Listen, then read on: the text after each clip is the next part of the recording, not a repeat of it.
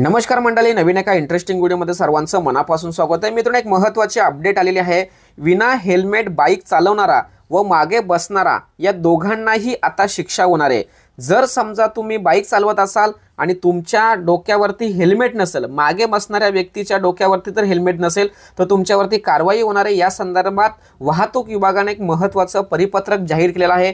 आता या परिपत्रकामध्ये नेमकं काय म्हटलं आहे हे आपण व्यवस्थितपणे जाणून घेणार आहोत। व्हिडिओला सुरुवात करण्यापूर्वी चॅनलवरती जर नवीन असाल तर कृपा करा चॅनलला सबस्क्राइब करा। अशाच महत्त्वपूर्ण अपडेट या चॅनलवरती येत असतात। चला तर मित्रांनो, व्हिडिओला सुरुवात करूया।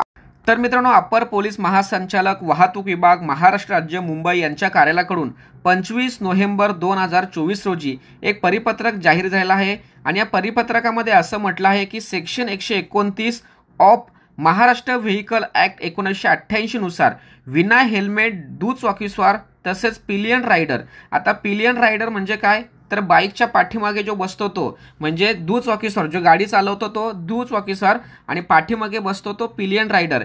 या दोघांच्या सुरक्षिततेच्या दृष्टीने अंमलबजावणी करण्यासंदर्भात महत्त्वाचं हे या ठिकाणी परिपत्रक आहे। आणि या परिपत्रकामध्ये असं म्हटलं आहे की महाराष्ट्र माननीय पोलीस आयुक्त ठाणे शहर, पुणे शहर, नागपूर, छत्रपती संभाजीनगर, सोलापूर, नवी मुंबई किंवा पिंपरी चिंचवड, मीरा भाईंदर किंवा मुंबई किंवा इतर सुद्धा अकोले असेल, नागपूर असतील किंवा बुलढाणा, यवतमाळ, हे सर्व जिल्हे, या सर्व जिल्ह्यांना एक परिपत्रकाद्वारे कळवण्यात येत आहे की काय नेमकं सांगितलंय। तर उपरोक्त विषयानुसार म्हणजे या विषयानुसार मागील वर्षामध्ये जे 5 वर्ष मागील यामध्ये अपघाताचे प्रमाण खूप जास्त झालेले आहेत। त्यामध्ये विना हेल्मेट दुचाकीस्वार केले पिलियन रायडर या दोघांचे अपघाताचे प्रमाण, मृत्यू होण्याचे प्रमाण, त्याचबरोबर जखमी होण्याचे प्रमाण जास्त असल्या कारणामुळे हे का होत आहे, कारण त्यांच्या सुरक्षित दृष्टिकोनातून पोलीस घटकांकडून प्रभावीपणे अंमलबजावणी होत नसल्याचे दिसून येत आहे। आणि त्यामुळे हे सर्व गोष्टी घडत आहेत। तर ते कुठेतरी कमी व्हावं या दृष्टीने माननीय सर्वोच्च न्यायालयाच्या रस्ते वाहतूक समितीने दिलेले उद्दिष्ट व सूचनेनुसार संबंधित विभागाकडून माहिती मिळालेली आहे। सर्व पोलीस अधिकारी व अंमलदार यांना या पत्रकाद्वारे कळवण्यात येते की सेक्शन 128 आणि 129 आणि वाहतूक नियम 1988 नुसार हा जो कायदा आहे, हा कायदा प्रभावीपणे व कडक राबवण्यासंदर्भात, त्याची अंमलबजावणी करण्यासंदर्भात महत्त्वाचे सूचना देणारे हे परिपत्रक आहे।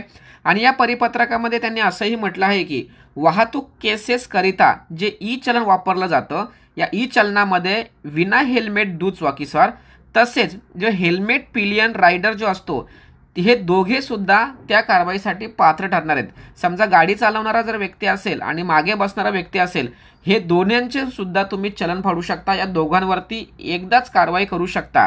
पूर्वी कसं होतं, फक्त जो गाडी चालवतो त्यांनी जरी हेल्मेट घातलं तरी सुद्धा चालत होतं, परंतु सेक्शन 29 आणि 194 नुसार DMVA जो महाराष्ट्राचा नवीन वाहतूक ॲक्ट जो सुरू झाला, या नियमानुसार गाडीच्या पाठीमागे जो बसतो त्याने सुद्धा हेल्मेट लावणं खूप गरजेचं आहे।